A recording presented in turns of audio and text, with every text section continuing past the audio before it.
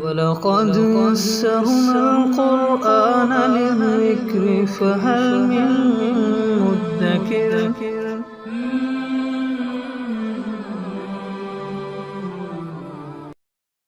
سورہ آل عمران آیت نمبر 119۔ اعوذ باللہ من الشیطان الرجیم، بسم اللہ الرحمن الرحیم۔ ہا انتم اولائی تحبونہم ولا یحبونکم وتؤمنون بالکتاب کلہ فاذا لقوکم قالوا آمنا واذا خلوا عضوا علیکم الانامل من الغیظ قل موتوا بغیظکم ان اللہ علیم بذات الصدور۔ کل کی آیات میں یہ سبق گزرا تھا کہ اے ایمان والو، یہود کے ساتھ تم لوگ دوستی مت لگاؤ، ان کو اپنا رازدار مت بناؤ، وہ تم سے محبت نہیں کرتے۔ غیر مسلم کبھی بھی مسلمان سے محبت نہیں کرتا، لہذا مسلمان کو بھی قلبی محبت اور مودت کا تعلق کبھی بھی غیر مسلم سے قائم نہیں کرنا چاہیے۔ ہاں، ظاہری رواداری رکھنے کے اندر کوئی حرج نہیں ہے۔ تو ان آیات میں اسی مضمون کی مزید وضاحت اللہ تعالیٰ فرما رہے ہیں۔ تو ارشاد فرمایا، ہاں انتم، تم دھیان سے سنو، اولائی تحبونہم، کہ ان سے تم تو محبت کرتے ہو، دوستی لگاتے ہو،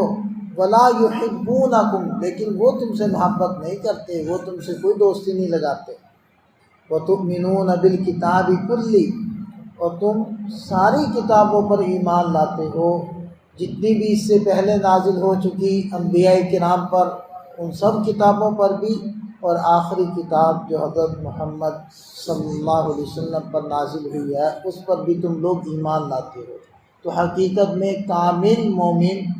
وہ مسلمان ہی ہیں جو ساری کتابوں پر ایمان لاتے ہیں۔ بقیہ یہ جو اہل کتاب ہیں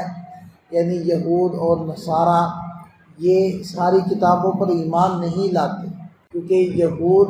حضرت عیسیٰ علیہ السلام پر، تورات پر ایمان نہیں لاتے، اور حضرت محمد صلی اللہ علیہ وسلم پر ایمان نہیں لاتے، اور نصارہ وہ قرآن پاک پر اور آپ علیہ السلام پر ایمان نہیں لاتے۔ گویا کہ مسلمان ان سب کی کتابوں کو مانتے ہیں، اور یہ مسلمانوں کی کتاب کو اور مسلمانوں کے نبی کو نہیں مانتے۔ وَإِذَا لَقُوكُمْ قَالُوا آمَنَّا، جب وہ تم لوگوں سے ملاقات کرتے ہیں تو کہتے ہیں کہ ہم ایمان لے آئے، ایمان کا اظہار کر دیتے ہیں تاکہ تمہاری خیر خواہی انہیں حاصل رہے، اس لیے، اور تمہارے پاس کوئی خیر آئے تو وہ بھی اس سے منتفع ہوں، کوئی مال غنیمت آ جائے، کوئی اور اس طرح کی اپرچونٹی آ جائے تو ان کو بھی مل جائے۔ وَإِذَا خَلَوْا عَضُّوا عَلَيْكُمُ الْأَنَامِلَ مِنَ الْغَيْظِ، اور جب وہ علیحدہ ہوتے ہیں تو تم پر غصے کی وجہ سے اپنی انگلیوں کو کاٹ کھاتے ہیں، افسوس کی وجہ سے کہ ان کو یہ کامیابی کیوں مل گئی اور یہ اس طریقے سے کیوں دنیا میں پنپ رہے ہیں اور کیسے پھل پھول رہے ہیں، یہ تمہاری ترقی انہیں ایک آنکھ نہیں بھاتی۔ قُلْ مُوتُوا بِغَیظِکُمْ، اے نبی ان سے کہہ دیجئے تم لوگ اپنے غصے میں مر جاؤ۔ ان اللہ علیم بذات الصدور، یقیناً اللہ تعالیٰ سینوں کے بھید کو جانتے ہیں، اس لیے وہ حقیقت کو کھول کر سامنے رکھ رہے ہیں۔ اور ان لوگوں کی کیفیت کیا ہوتی ہے؟ ان تمسسکم حسنۃ تسؤہم، اگر تمہیں کوئی اچھائی پہنچے، کوئی مال مل گیا، مال غنیمت مل گئی، کہیں فتح مل گئی، تسؤہم، وہ ان کو غمگین کر دیتی ہے، پریشان ہو جاتے ہیں۔ وَإِن تُصِبْكُمْ سَیِّئَةٌ یفرحوا بِہَا، اور اگر تمہیں کوئی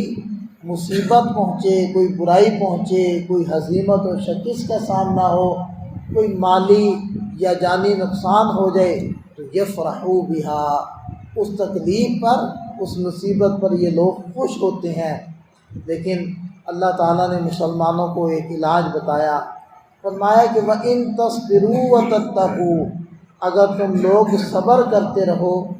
اور اللہ تعالیٰ سے ڈرتے رہو۔ اب یہ دو چیزیں اللہ تعالیٰ نے بتلائی ہیں اور یہ دو چیزیں ایسی ہیں کہ جن کا پورے قرآن پاک میں جا بجا تذکرہ ہے، جگہ جگہ مختلف الفاظ یعنی کہ صیغے بدل بدل کر اللہ تعالیٰ یہی بات ارشاد فرما رہے ہیں، اگر تم صبر کرو اور اللہ تعالیٰ سے ڈرتے رہو تو لا یضرکم کیدہم شیئا، ان لوگوں کے داؤ پیش اور ان لوگوں کے کھیل یہ تمہیں کچھ بھی نقصان نہیں پہنچا سکتے۔ ان اللہ بما یعملون محیط، یقیناً جو کچھ یہ کر رہے ہیں اللہ تعالیٰ اس سب کا احاطہ کیے ہوئے ہیں، وہ اللہ کی پکڑ سے باہر نہیں ہے نہ اللہ کے علم سے باہر ہے، سب کچھ اللہ تعالیٰ نے لکھوایا ہوا ہے، وہ سب کچھ اس کے علم کے اندر ہے، اور مسلمانوں کو مطلع کر رہے ہیں تاکہ مسلمان ان سے بچتے رہیں، بقیہ ان لوگوں کو ان کے کیے کا بدلہ